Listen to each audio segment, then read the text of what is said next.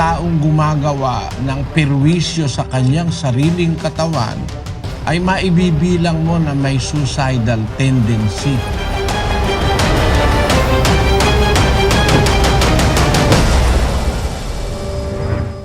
Yung tao na may suicidal tendency ay maraming klase yan. Baka ang naiisip mo lang ay yung nagpapakamatay na nagbabaril sa sarili. Maraming taong may suicidal tendency. Gaya nung nagra-run amok, yung bumaril kay Presidente John F. Kennedy sa Amerika. Hindi mo masasabing walang suicidal tendency yun kasi alam mo namang pagka binaril mo, presidente, malamang sa mapatay ka rin. Para ka nagsusuicide nun. Yung naninigarilyo ng mahigit sa 2 stick isang araw, meron ding suicidal tendency yun. Kasi alam natin walang idinudulot na mabuti ang sigarilyo. Sa sigarilyo, meron 5,000 lason na nakakaapekto sa ating katawan. At mabuti na lang pagka sinisindihan yung sigarilyo, yung mga mahigit sa 3 o 4 na libo nasasama sa nasusunog kesa sa yung kainin mo yung sigarilyo mismo. No? Pero mahigit pa rin 100 na lason ang natitira sumasama sa usok. Na yon ay nagpapasakit sa puso, nagpapatigas ng mga ugat, lumalason sa katawan, nagiging dahilan ng maraming sakit. Kaya yung mga araw-araw ay manginginom, may suicidal tendency rin yun. Dahil sinisira mo na yung atay mo dahil sa alkohol at sinisira mo pa rin yung baga mo.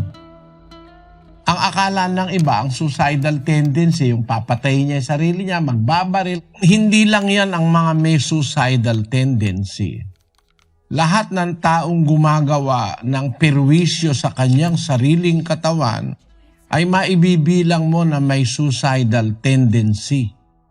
Mga taong nagpapakamatay, kagaya halimbawa nagpapakamatay dahil nag-aaral ng mga ahas. Parang may suicidal tendency rin yun. Yung ikaw hahawakan mo yung ahas na alam mo namang pag natuka kay patay kang bata ka, may suicidal tendency rin yun. Kagaya ng mga pastor sa Amerika at sa iba't ibang panig ng mundo na dahil sa maling pagkaunawa sa Biblia, humahawak ng mga ahas. At sa kasamaan palad, marami nang namatay sa kanila. Dahil naniwala sila sa isang bagay na hindi naman totoo, nagkaroon sila ng suicidal tendency.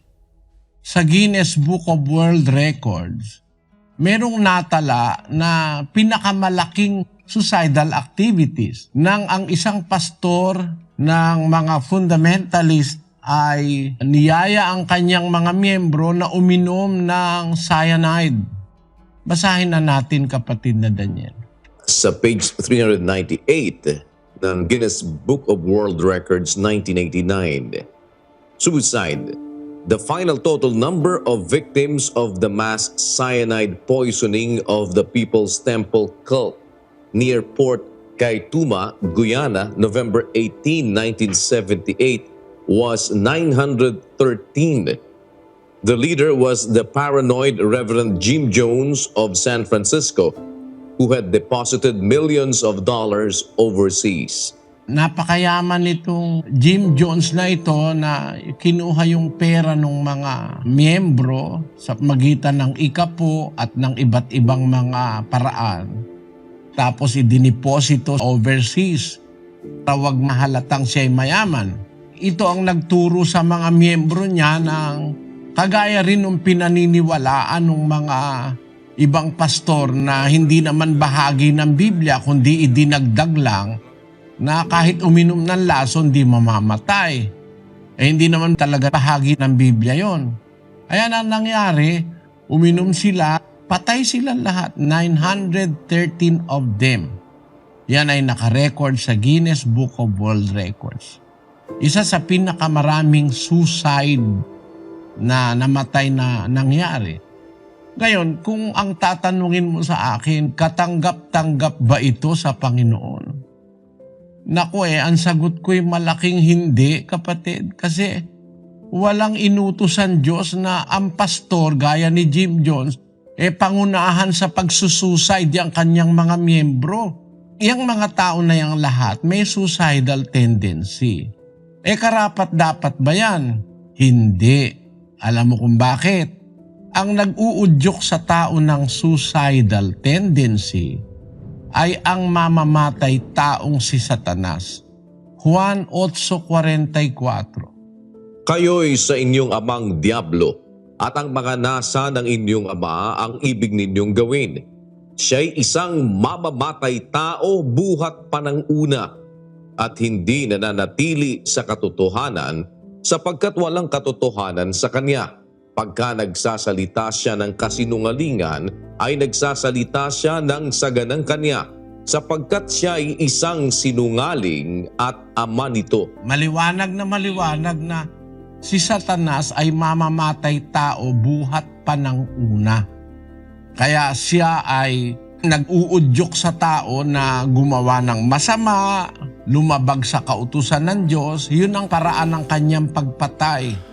Killing people spiritually.